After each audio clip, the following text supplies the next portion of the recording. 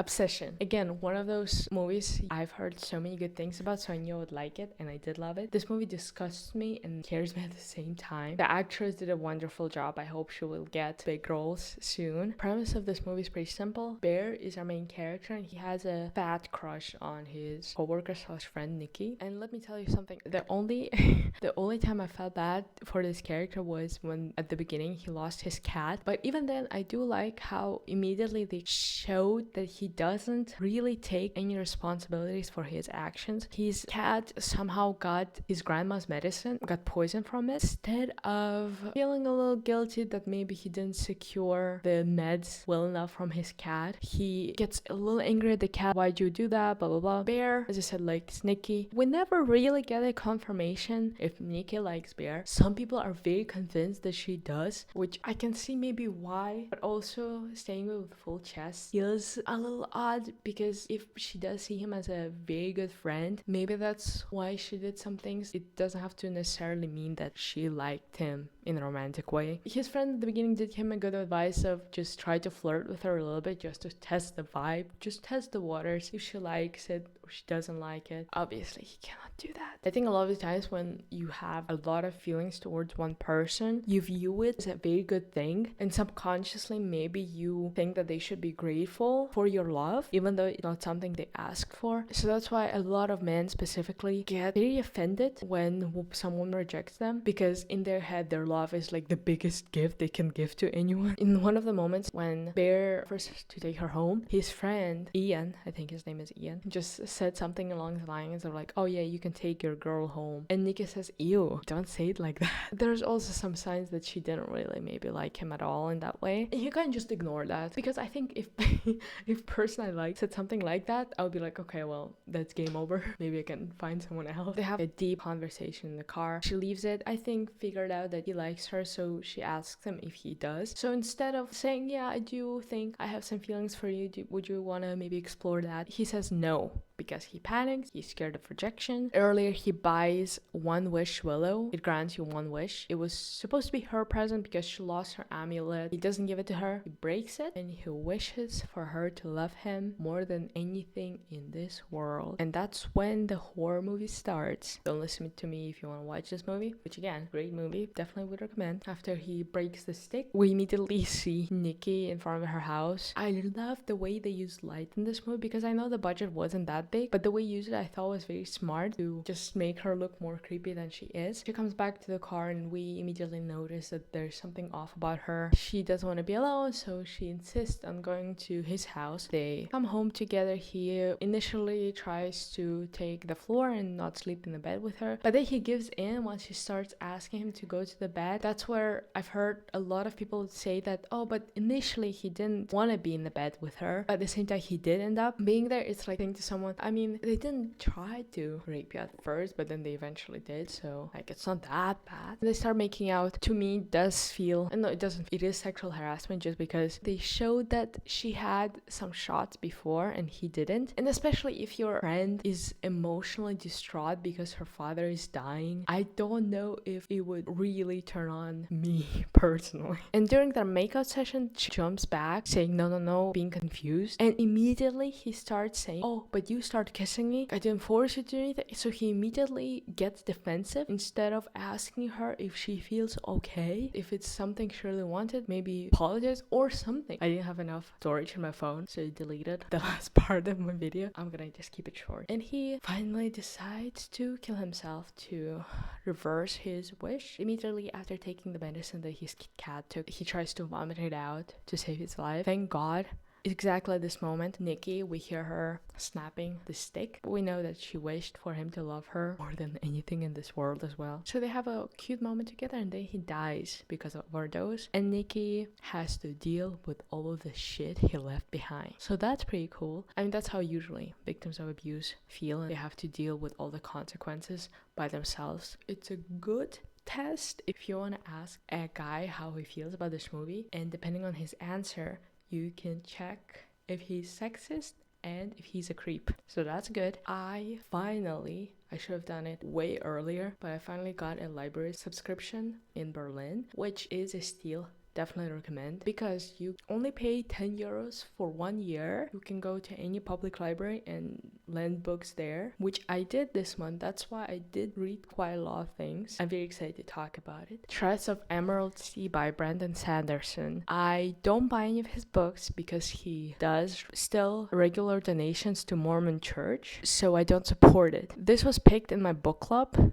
I definitely got this book legally. I think I would have liked this book more if I was 12 or if I was in middle school, and I don't necessarily think it's a criticism. Short plot summary: Tess loves a boy, the boy gets kidnapped and she tries to save him. I did like how it was a twist on the prince saves the princess. This book has serious pacing issues, at least for me, somewhere in the middle. I think most characters were likable, but not really that deep. I did not really care about any of them except for Tess and her friend Rat.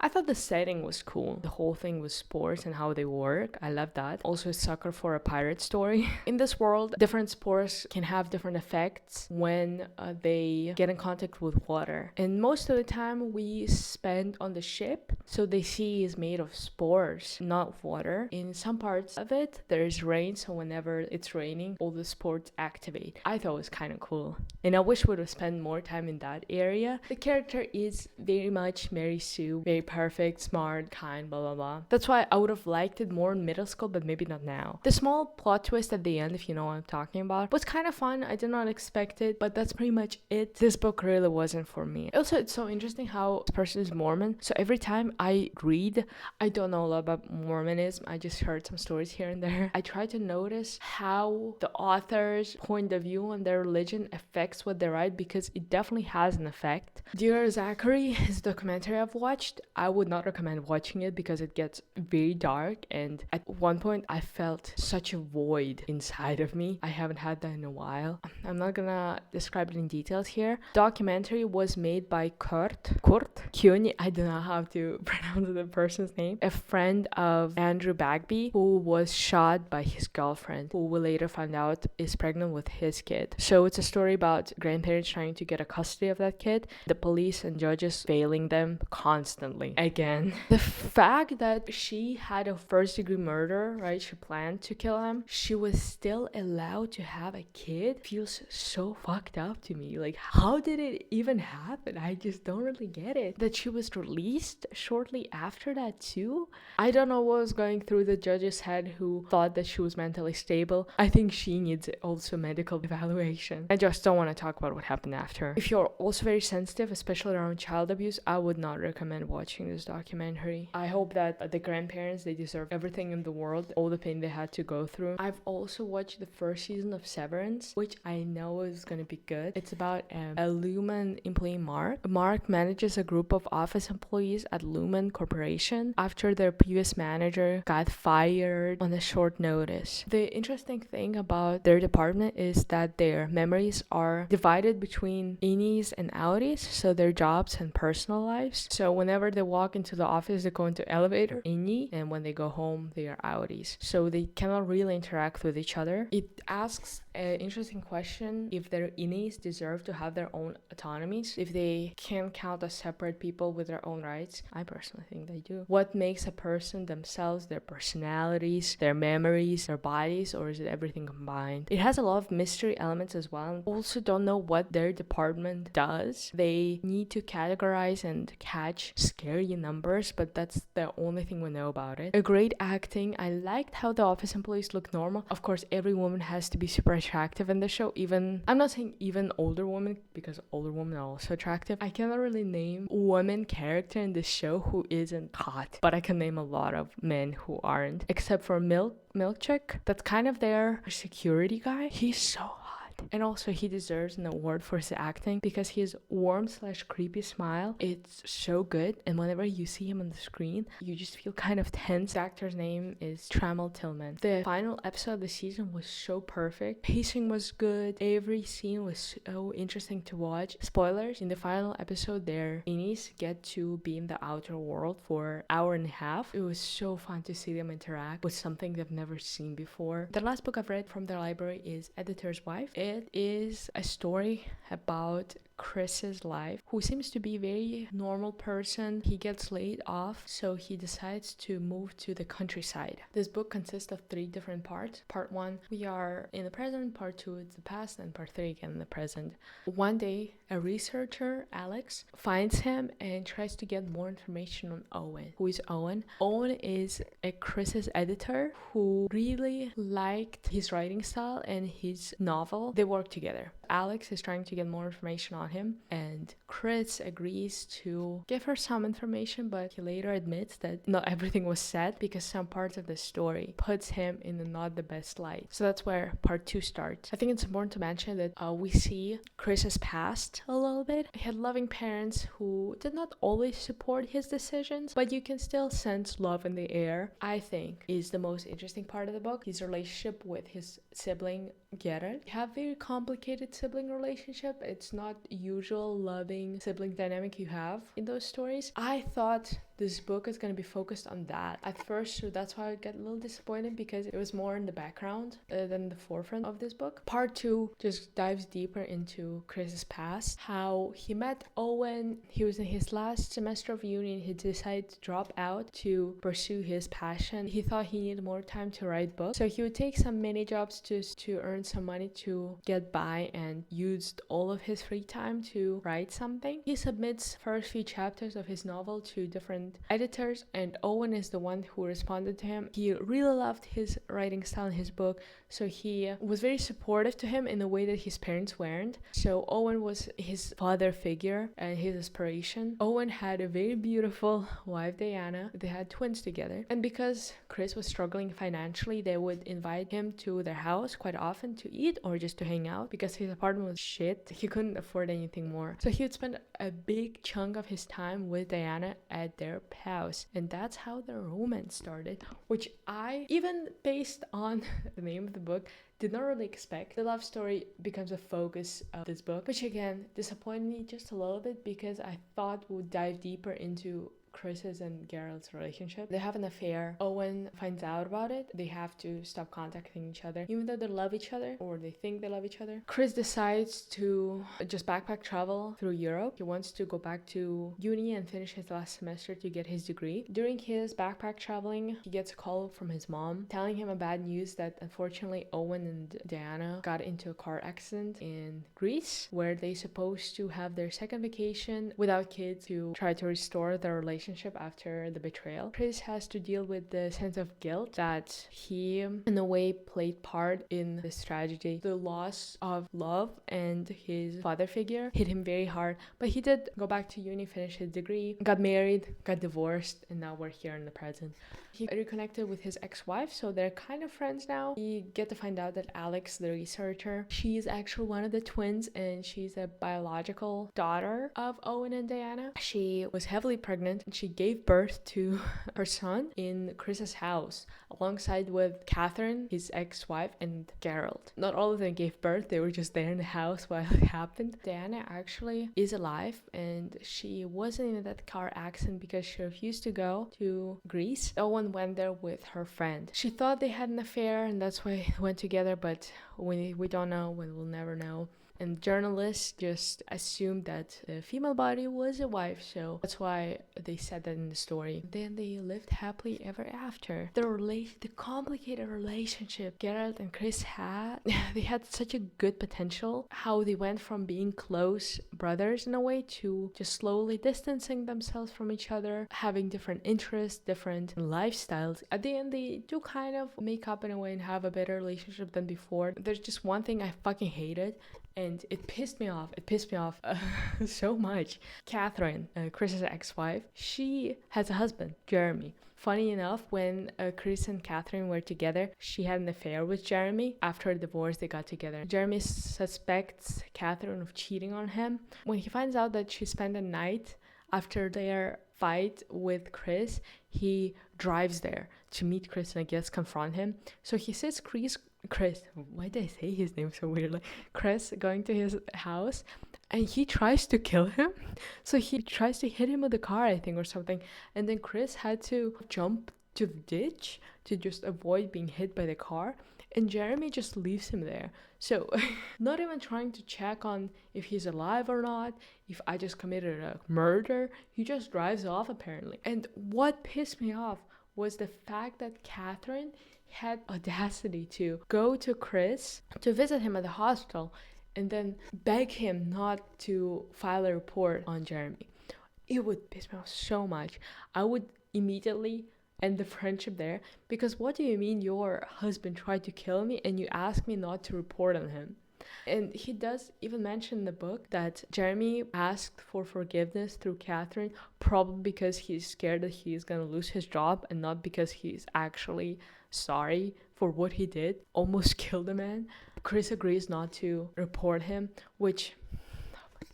like, I don't know if he just doesn't value his life. But yeah, that's the book. I did like it. It was a very fun read. I just wish they focused on some other relationship. The Body Farm Stories by Abby Ganney. It's a collection of short stories that focuses on the effects of human life on the body. I love that. The body cannot tell any lies. From birth to death and through all the transitions in between, the body stores our knowledge and history, our feelings and experiences, our betrayals. Another big theme that I've noticed in those stories is freedom, which obviously is connected to our bodies as well. Freedom of movement, freedom of expression. The opposite of that, being stuck in certain situations or relationships. I haven't really read a lot of short stories before, so this was a very good surprise and a good break from longer books or series of books. Definitely would recommend if you want to take something that feels like less effort, since each story is only around 20 pages long. At least for me, I'm not sure if it's mental illness or not, but sometimes I dread reading certain books just because of the volume of it. This collection has 11 tales. I'm gonna mostly talk about the ones that I really like. There are a few stories that didn't connect with me. There's particularly one story where I just straight up disliked it. I think it was called Love in Florida. It's a story about childhood lovers reconnecting after one of them goes to prison. And I don't know, it reminded me of the trend that was popular on social media quite some time ago, where women would tell other women that their husbands or their boyfriends haven't gotten over their first love. This story just gave me an ick. I did not like it. Another story that I did not like that much was Mother, Sister, Wife, Daughter. It's about sisters and a mom who are dealing with the abandonment of their father and later on some other male figures in their life. It does feel like a fairy tale. I do like the vibe of the story, but it didn't really get me. Stories that I liked, one of them is Starlike. It's a story about a woman who endures a family vacation with her husband's family where his brothers bring out his addiction again. This story feels very realistic. A lot of people have family members or people close to them struggling with addiction. It's very, very hard to navigate those situations, especially if they're enabled by your other friends or other family members. She wrote those characters very well,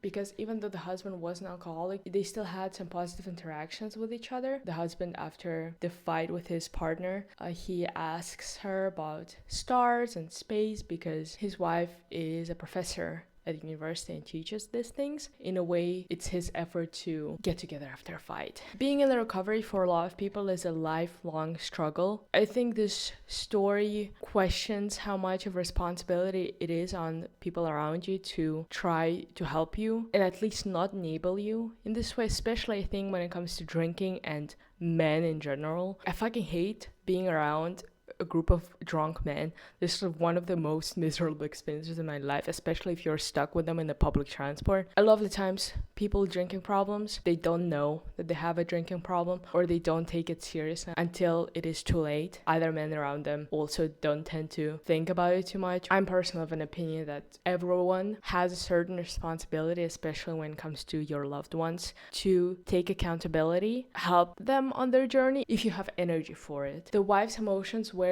written very well. Her pain and her feeling powerless in that situation, feeling like an alien being around his family members. Other story was the last one. It's called Body Farm. It's a story around a very loving lesbian couple. One of them works at the body farm where they make scientific discoveries about the dead bodies, how fast they disintegrate, in what environments, temperature. They have two wonderful kids. They live very happily until one day they receive a letter from her wife's, Beatrice's ex/slash stalker, which is again a very common issue for women that police never take seriously unless it's too late. Beatrice dated this man in college and then broke up. He didn't get over her and would follow her anywhere and always find her and try to get together with her. Or I mean, he definitely has a mental illness because he does think that they're still together. He definitely needed to get some help. But again, it shows,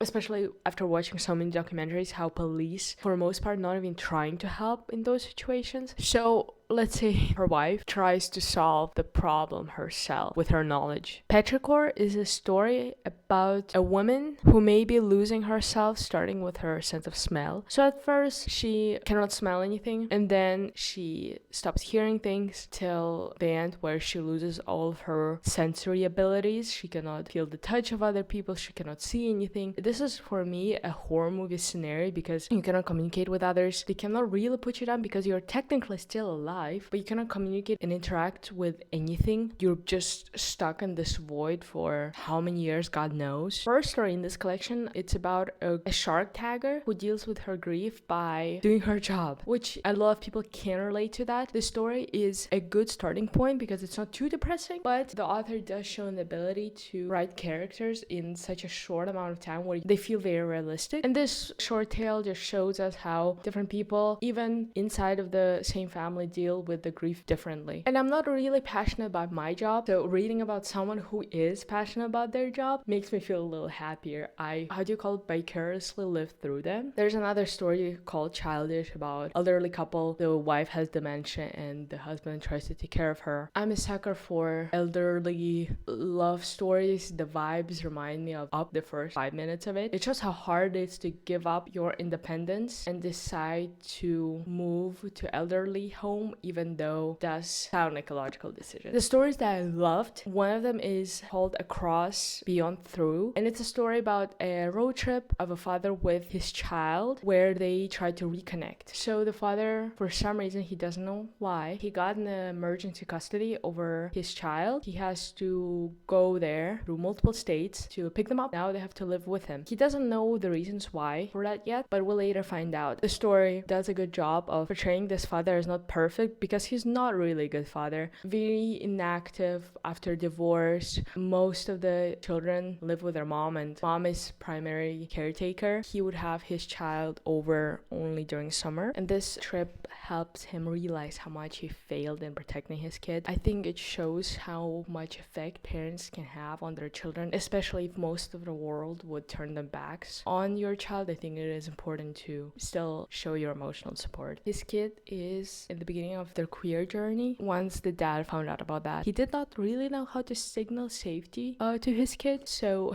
they were at the store and he casually just dropped a phrase of how he doesn't understand why clothes has to be gendered because it's clothes anyway, and obviously the kid immediately clocked him that he knew what happened between the kid and their mom. Spell of Disappearing, it was written in a way that just hooked me in. It's a story about a woman who escapes her toxic relationship. It's also a story about women helping other women with their knowledge. Another story that I loved is Porcupine in the Trees. It's about a woman who is recovering after her suicide attempt. For that, she and her wife rented a cottage somewhere in the forest, I think. Just the way her suicidal thoughts were described felt in a way similar to some thoughts I would have. How at first slowly goes into your head, but then it doesn't really stay there for a long time. It just happens more often and often. And you fail to realize that you are stuck in this thought loop. Another book that I've read from the library is A Birdcatcher by Gail Jones. This story revolves around a very talented black writer, Amanda, and her friend's very famous sculptor, Catherine, who is constantly trying to kill her husband. He refuses to leave her. I did like the writing style, although sometimes I would be lost in the story because it always switches back and forth between past and the present. Both women described sharing similar experiences with their husbands, feeling small while talking to them. Amanda's lover told her, "A woman never opens up for a man forces her to open." I'm thinking of the women writers I know who live with men who think their work is shit or next to shit. I can list about 5 of them, but I can't list any, not one, of the men writers I know who live with women who think theirs is less than fantastic. Which again just shows how men oftentimes would dismiss women's opinions, and any criticism they would hear, they would get defensive immediately. How women's excellence can be perceived as an attack. You can also definitely feel a hostility between Amanda and Catherine, especially because Amanda and Catherine's husband, they kind of have some chemistry between them. I enjoyed reading the book, but I don't know if I would go back to it. I did like her writing style, so I do want to try to find some other books written by her.